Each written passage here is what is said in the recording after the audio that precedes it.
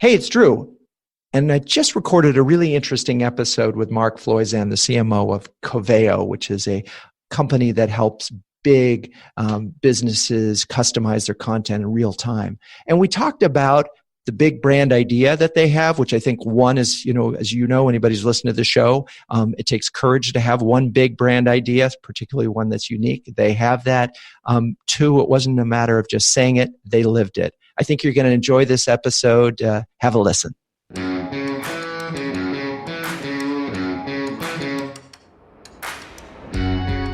Welcome to Renegade Thinkers Unite, featuring the sharpest minds in marketing, inspirational case histories, and weekly insights you can apply to your business. Find out why top CMOs rank this podcast among their favorites.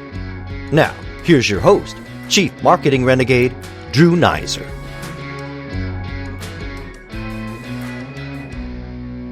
My guest today is Mark Floisand, the CMO of Coveo, a software company on the leading edge of real-time personalization using artificial intelligence.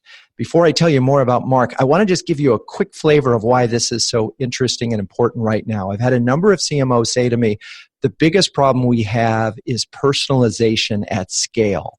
And in theory, and we're going to find that out from Mark today, Coveo has solved this problem. So Mark joined Coveo in 2016 and has an impressive tech background, having worked at Apple, Adobe, Business Objects, SAP, and most recently Sitecore. And those of you who remember that we did have the CMO of Sitecore on the show earlier. Anyway, if you haven't heard of Coveo, you probably will soon, as they raised $100 million in private equity capital in 2018 and are ranked as a leader by both Gartner and Forrester in the insight engine space. Mark, welcome to the show. Thanks for having me, Drew. Pleased to be here. So it's 6:30 a.m. West Coast time. How are you feeling this Monday morning? I'm an early bird. Coveo is headquartered in Quebec City, and a lot of my colleagues are on the East Coast, so I find I live on Central Time. Awesome. All right. Well, that's, I'm just waking up here and it's, 9:30 in New York. Anyway, so we're going to do Renegade Rapid Fire as a way of getting to know Mark quickly, and then we'll dive into this world of real-time personalization. So, Mark, what's your definition of marketing? Marketing. For me, marketing is really the process of helping people discover, purchase, and use your product or your service. And I tend to be a kind of an old school classicist there. So really it's encompassing of product marketing, the pricing, the positioning, the promotion, and obviously the place or the channel that people go to buy it. The 4 Ps. Okay. There we go. So, and what is the primary role of the CMO? Really to kind of keep an eye on all of that and make sure that it all moves along in harmony. Awesome. And what's your top priority as a CMO at Coveo right now? Leadership, frankly, developing a young team to equip them with the tools they need to grow their own teams in turn. We're growing fast and we need to give people those skills. It's such a great topic. Recently, I had the honor and privilege of leading a roundtable discussion of a bunch of CMO Club award winners, and the topic was leadership, and it was fascinating. We went around the room and asked each to give a tip and a challenge, and it really is the number one challenge for CMOs today, because just getting the right people in the right places is a big challenge. So, what's your favorite part of the job?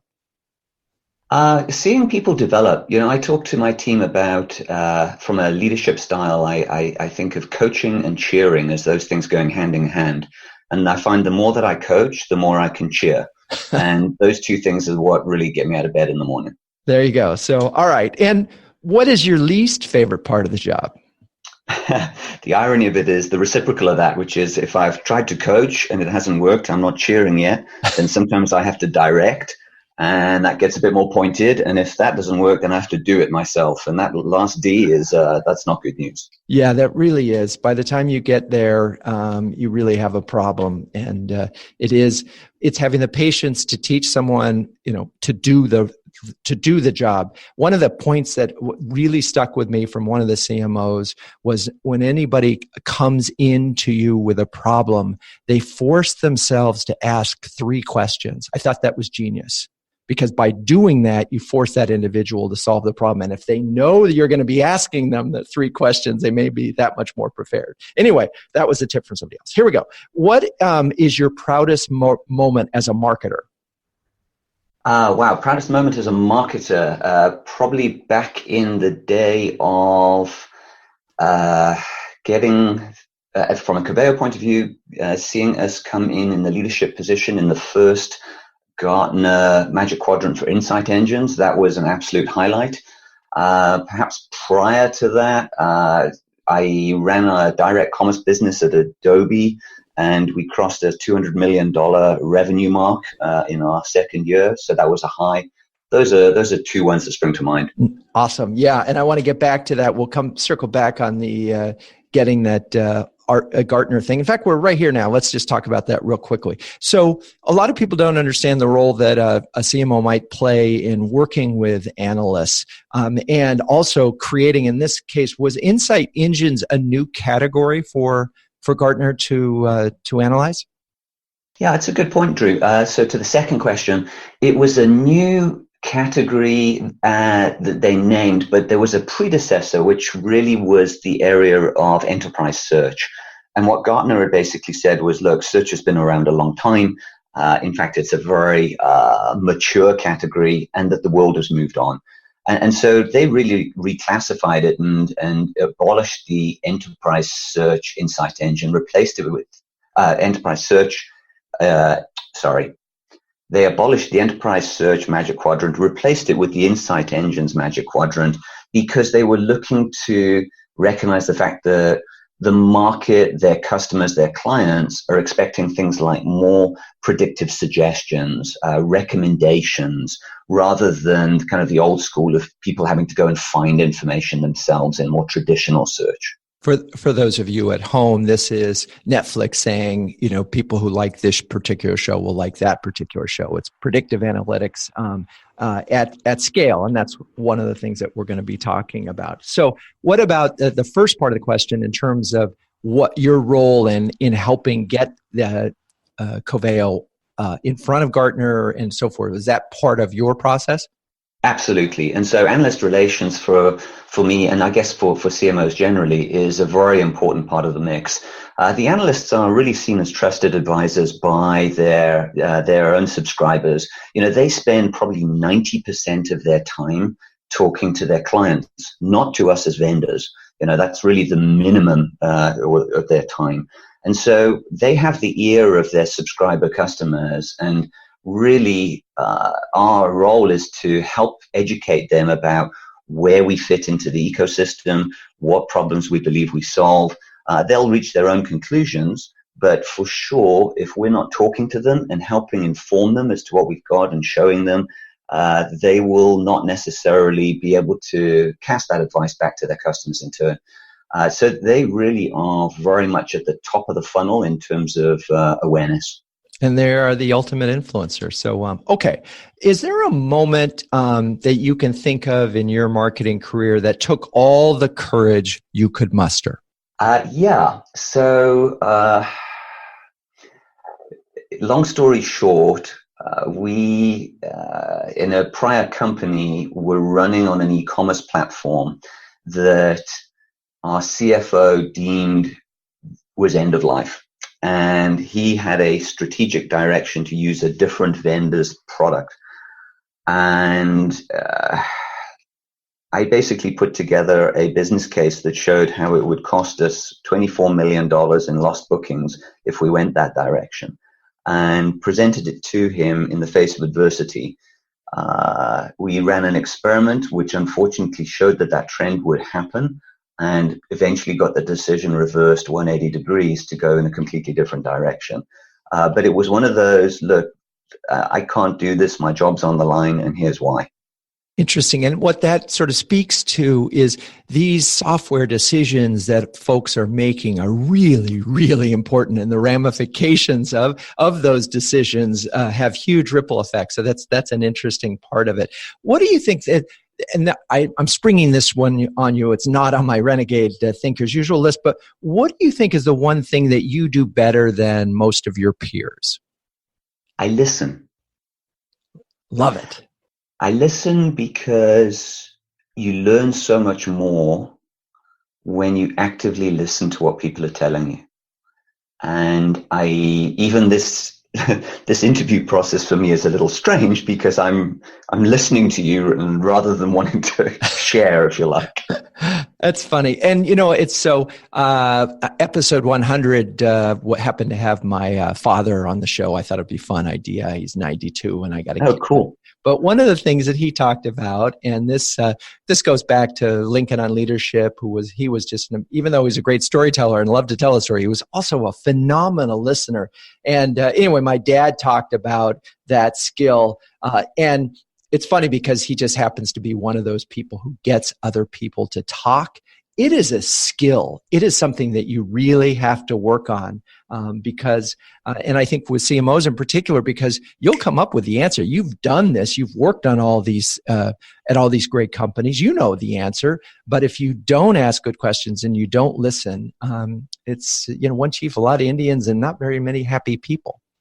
Well, I'm going to definitely go back and listen to that episode because I find that highly motivating. The reality of it is that customers and prospects are forever telling you stuff.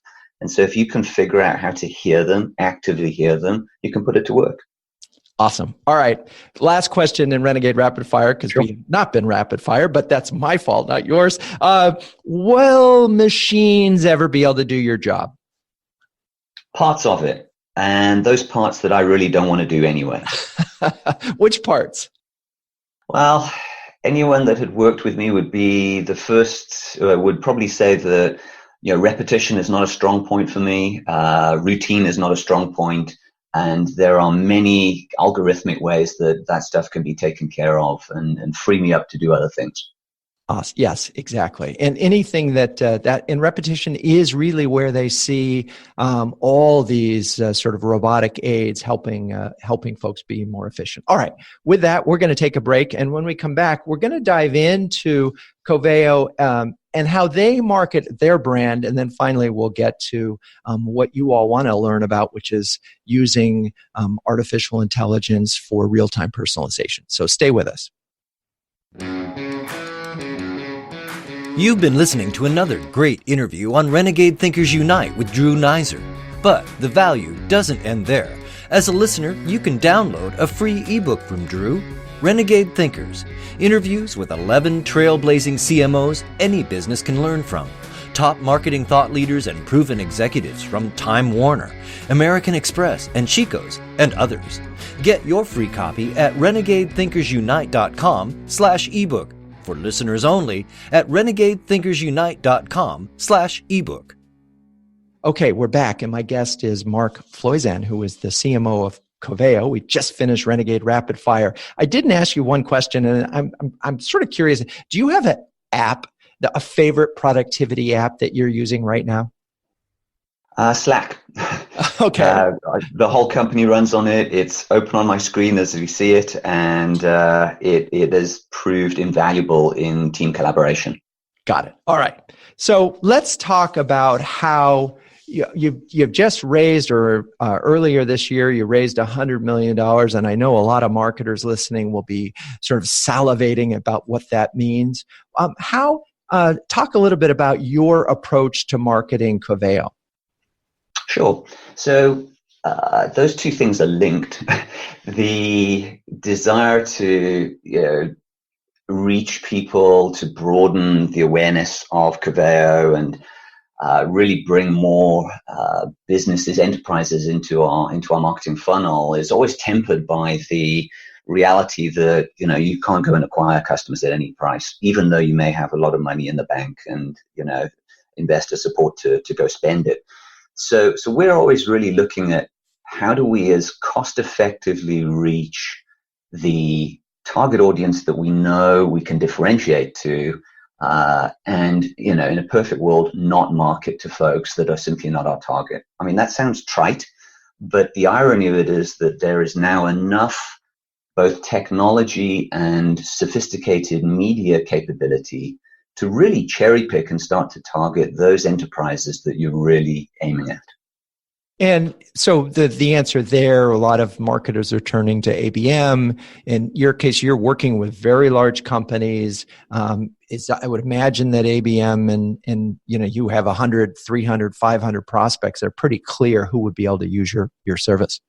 That's exactly right. Account-based marketing for us was a journey we began, I guess, the tail end of last year. And then as we moved into this year, we really started accelerating it because as you rightly point out, the target audience is very well defined for us. And, given the fact that you can now use services that will effectively put your content in front of named organizations and ideally the named individuals inside those organizations, for me feels like a very effective way of building an awareness level, really with those folks that ideally you want to bring into the funnel and minimize the wastage. And one of the things that has been a revelation with account-based marketing is the essential coordination required between sales and marketing. And that really is a little bit different than the way folks approach things, say 5-10 years ago, where marketing their job was to get the lead and hand it off. Essentially now it's, hey, we're going to agree that these are the right companies from the beginning, and we're going to agree that once we sort of get them a certain level, we're going to move them along. Was that a new thing for you, or an interesting part of this process? Yeah, Drew, you're spot on. We, I guess, historically were more traditional in the sense that, there was marketing generated top of funnel pipeline, handed it to sales accepted leads, sales picked it up and off they went. And really what we've seen with ABM in particular is that it's not a left of the funnel, right of the funnel. It's sales and marketing really being joined throughout the funnel. And that starts really at as you say, the definition of who's the audience that we're aiming at. That's a collaboration was a collaboration between our sales and our marketing teams to say, look, this is the kind of target market that we think we should be going after. This is where our product market fit has relevance. And therefore, these are the kind of companies that we think should be in the target account universe. And that was a collaborative conversation between both. Equally, co-development or cooperating through the funnel on what additional materials sales might need closer to transaction, and then going right back to my point about marketing covering not just kind of the acquisition and purchase, but the usage end of it. That continues in ABM as well, because now you want to be able to expand your footprint inside your existing customers using the same kind of approach, again, hand in hand with sales.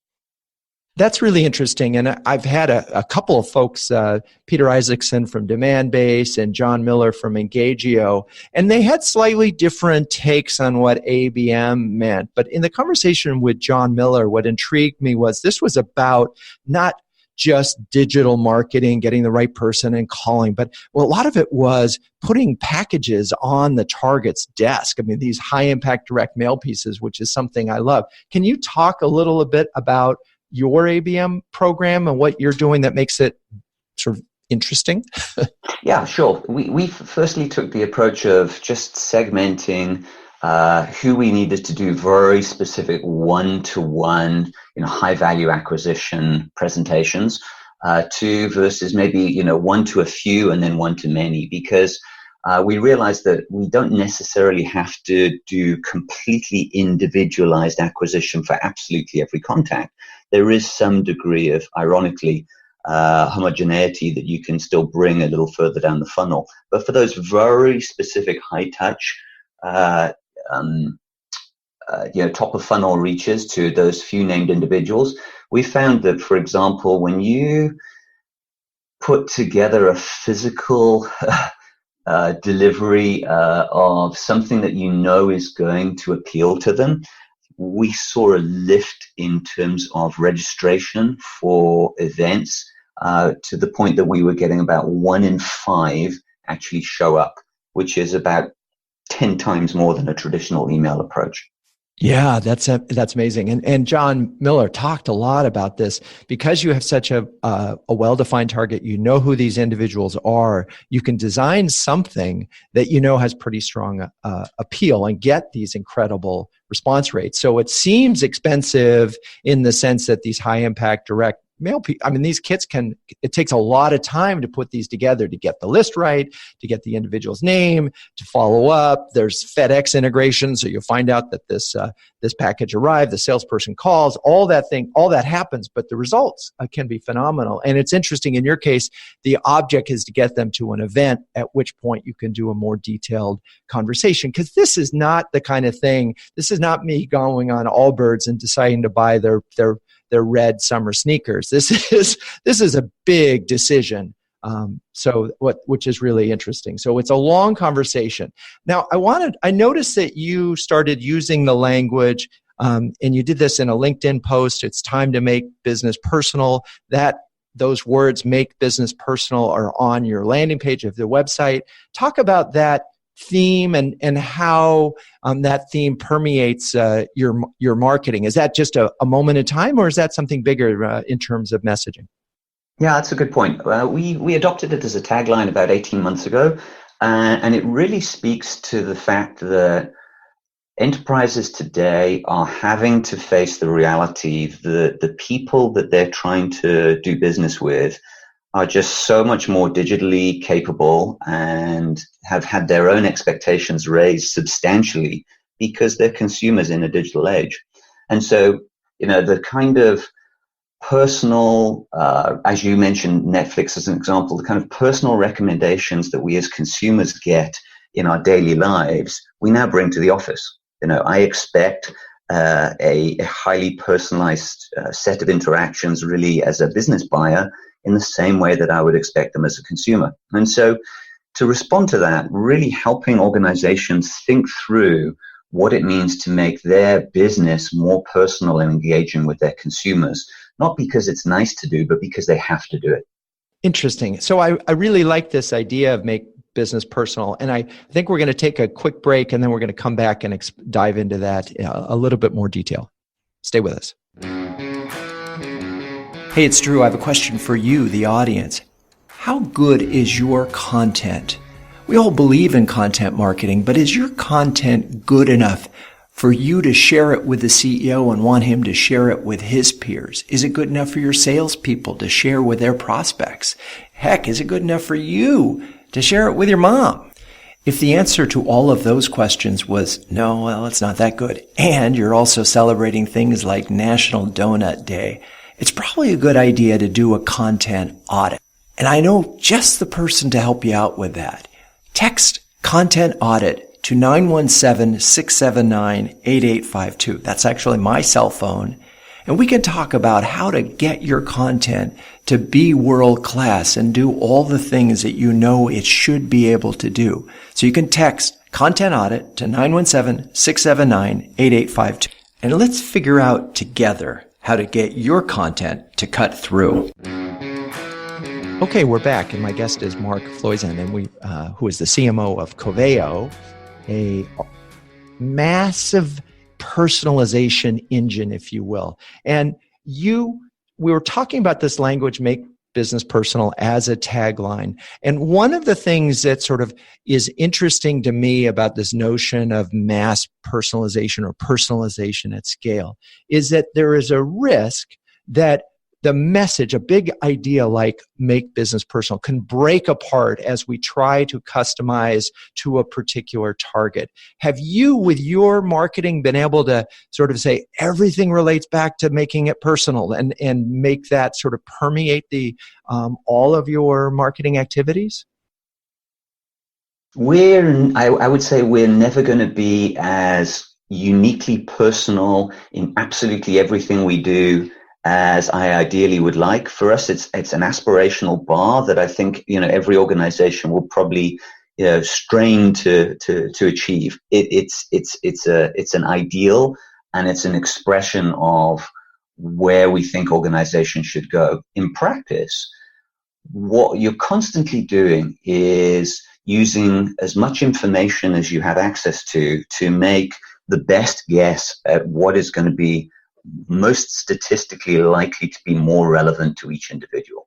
And the way we do that, for example, is look at what data can we assimilate from things like website interactions, search terms that are used on websites, what's been clicked on, what's been ignored, all of that kind of those signals from the various interactions that people have, and form a picture that can be used to feed into machine learning capabilities to start to predict what content is likely to be most relevant to those folks. And the irony of it is that the mantra of make business personal really can be applied at scale when you start taking advantage of the kind of raw computing power that exists out there to do this heavy lifting and start to marry the right content to the right set of interaction data. That's when you start to see people getting personal information, even though there may be millions and millions of them interacting with your organization. So I'm harping back on the make business personal as a tagline, and I love the language that you use. It's an aspirational bar. This is what we are helping other companies do. One of the thesis that will be in my next book is the role that a really good story framework, or you call it a tagline, can be for an organization, because it is aspiration. You can say, okay, we are in the business of making business personal. And I'm curious, when you rolled that out, or if you had any part of that was an internal sale and just reminding the organization, this is what we do. And was there anything that you brought to life as part of that internally? Yeah, it's a great question, Drew. I would say that, like many technology companies that have grown fast, Coveo was not unusual in that a lot of our prior messaging was quite product-centric and quite technology-centric, and understandably, but that doesn't last. And so what we were able to do internally was talk about the importance of talking about why Coveo exists rather than what we do. And I think that bridge was really, or the Make Business Personal was the bridge that helped us do that, because suddenly it wasn't about the fact that we connect to different systems, that we index information, that we use machine learning and AI to predict. That's all good. And those are fundamental features, and there are benefits that derive from them. But why was to help organizations build better relationships with their customers by making business personal. So it's interesting. You have a sort of a dual challenge. Or I might even describe three challenges. One is that you have this message of making business personal, and I think inherently businesses know that personal is better. But nonetheless, you're selling an idea of personalization. Two, one might argue that you need to be personal and show that in action, in that that you're drinking your own champagne. And Again, I'm going to go back to this. Has that idea, and have you been able to deliver that if we talk about ABM, or we talk about events, or we talk about, have you been able to sort of bring that part of this to your own marketing and saying, okay, guys, we're making business personal too for all of our prospects? We have indeed, and that's pretty much the mantra, which was, look, we have to own this, we have to do it ourselves, and let's as a team think about what we can do in each of our programs and so on to really embody it. And that's actually, it's been, I think, easier than I thought it would have been, because, again, everyone that works in my team, and I think across the firm, first and foremost, we're consumers. So we just intrinsically understand what a personalized experience looks like and feels like, and why that's better. And therefore, when you think about how you bring that to really everything you do, it's not that hard. It's almost a mindfulness thing, if you like. I'll give you an example. We do an annual customer event called Coveo Impact in May each year, and a large part of that was thinking, okay, for every individual that's going to be there, what is it that's going to make it personal for them? And that was the thought process by which we put together the agenda, the recommendations for who should attend what. And then equally, on things like the website, we use our own technology to predict what might be the most relevant sort of next step that you should take based on what we're learning about you in terms of the assets and so on that we recommend. So we really do live and breathe it. Very cool. So were there any, as you've got this big idea, because you really did shift from a sort of, again, a product sale, here are the speeds and feeds. Let's face it, all software saves you time, money, makes you more efficient, and so forth. But you're saying, no, this is a bigger idea. This is a much bigger idea.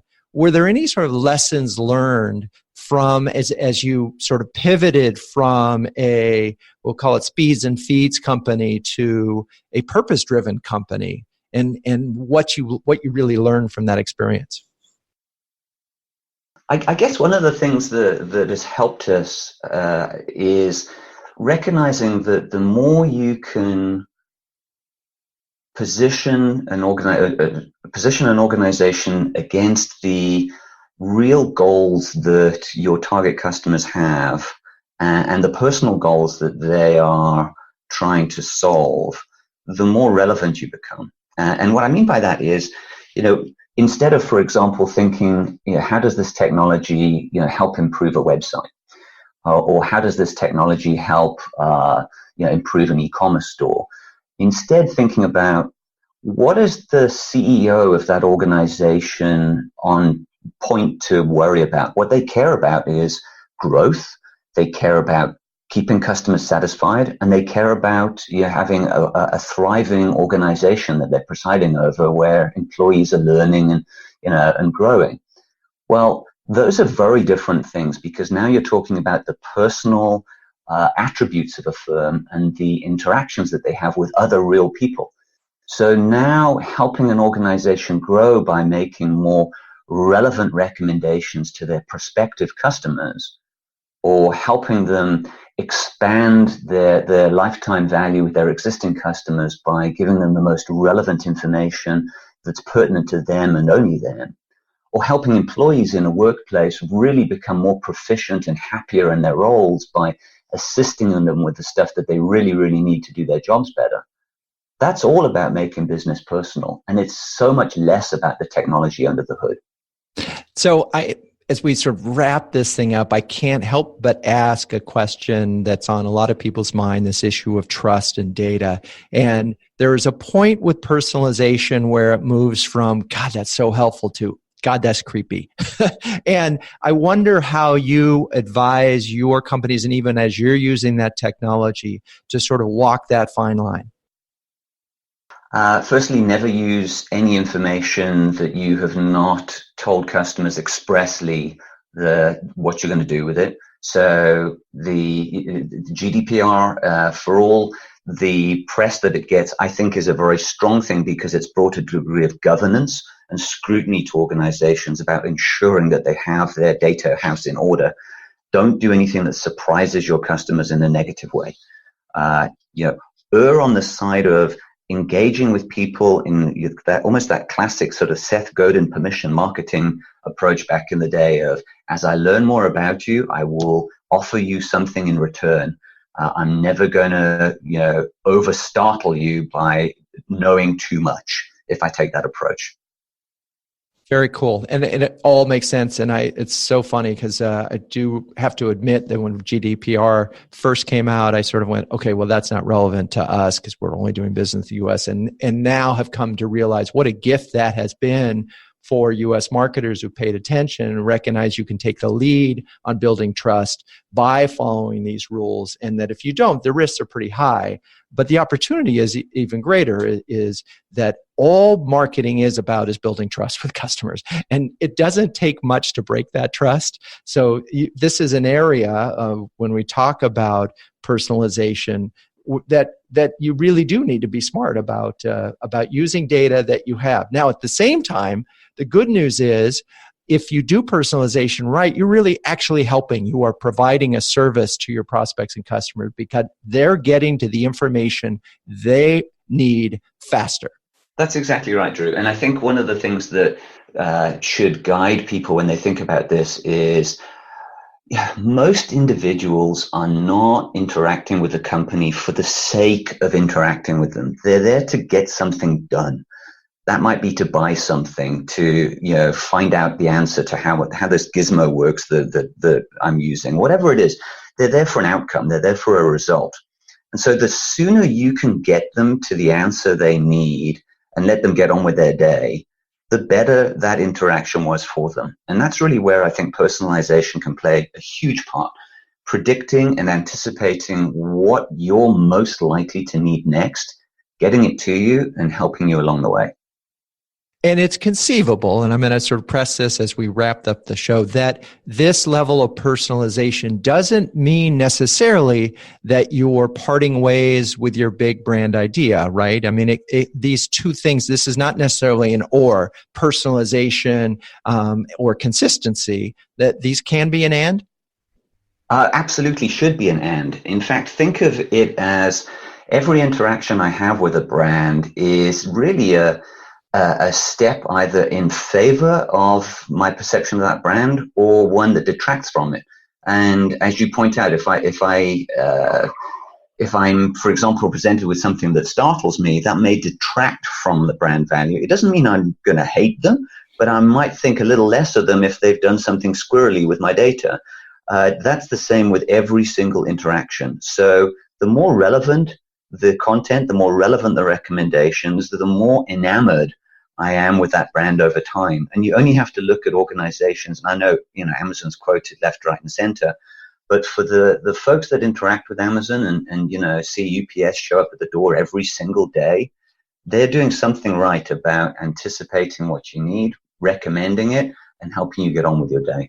It's true. It's true. I'm addicted to Amazon and the experience that they provide on all levels. I mean, I go in for book recommendations and go to buy a book, and there's people like this, also like this, and it's incredible how accurate they are. So, yeah, and the amazing thing now, McKinsey did some analysis, and I think between 37 or 39% of their top line bookings is powered by their recommendations.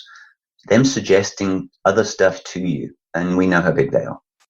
So from a metric standpoint, and this is one that's really tricky with companies like yours, where you have a long sales cycle, you have a committee. If I had Brent Adamson from Gartner on the line, you say, well, there are 5.4 decision makers from all these departments, and the goal of marketing is to make buying easy. But what we can't sort of nail down is, how do you sort of measure, because let's say, I'm going to step back for a second. Your intelligence engine is saying this person is most likely to be interested in this content, right? But the challenge is this is a 14-month, 18-month sales cycle. So how do we really know, and how do we measure what was important to that person ultimately in the purchase process? Yeah, it's a good point.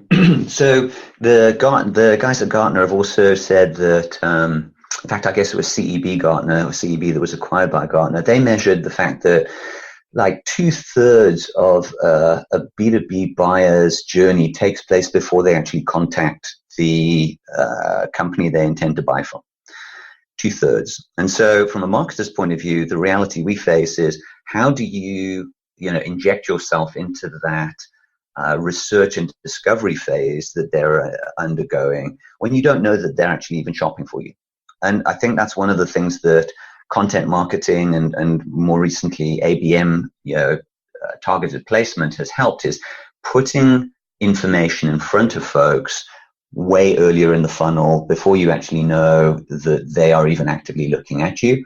And being able to now track that, of course, means that we have a view of those individuals and the journeys that they're on, the personal journeys that they're on, that may take, months, quarters, depending on the value of the product. In our case, our deal flow is typically 3 to 6 months, sometimes 9. But we have to basically keep a track of the interactions that people are having over that time, and in so doing, you form a profile, you form a view of who's engaged with what information is being presented to them, what they have effectively interacted with.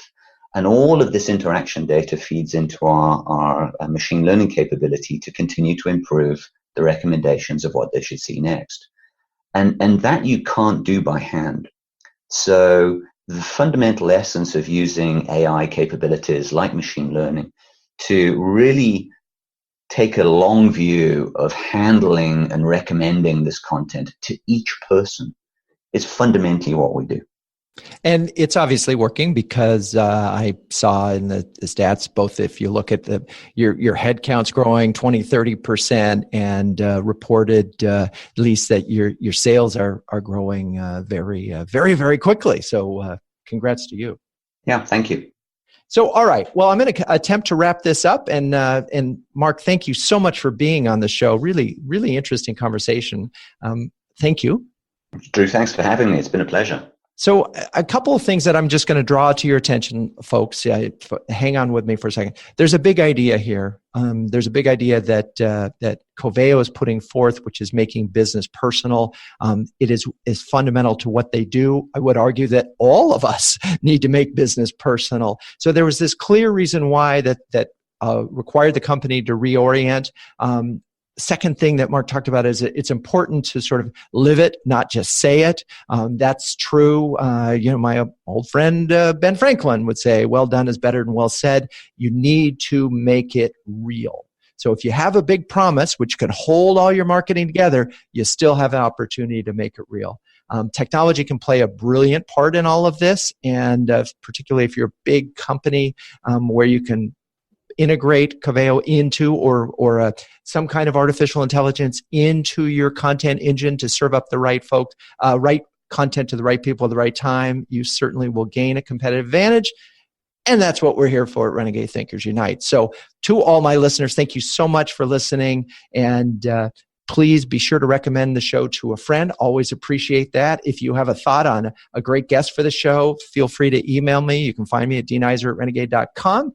And last but not least, keep those Renegade thinking caps on and strong.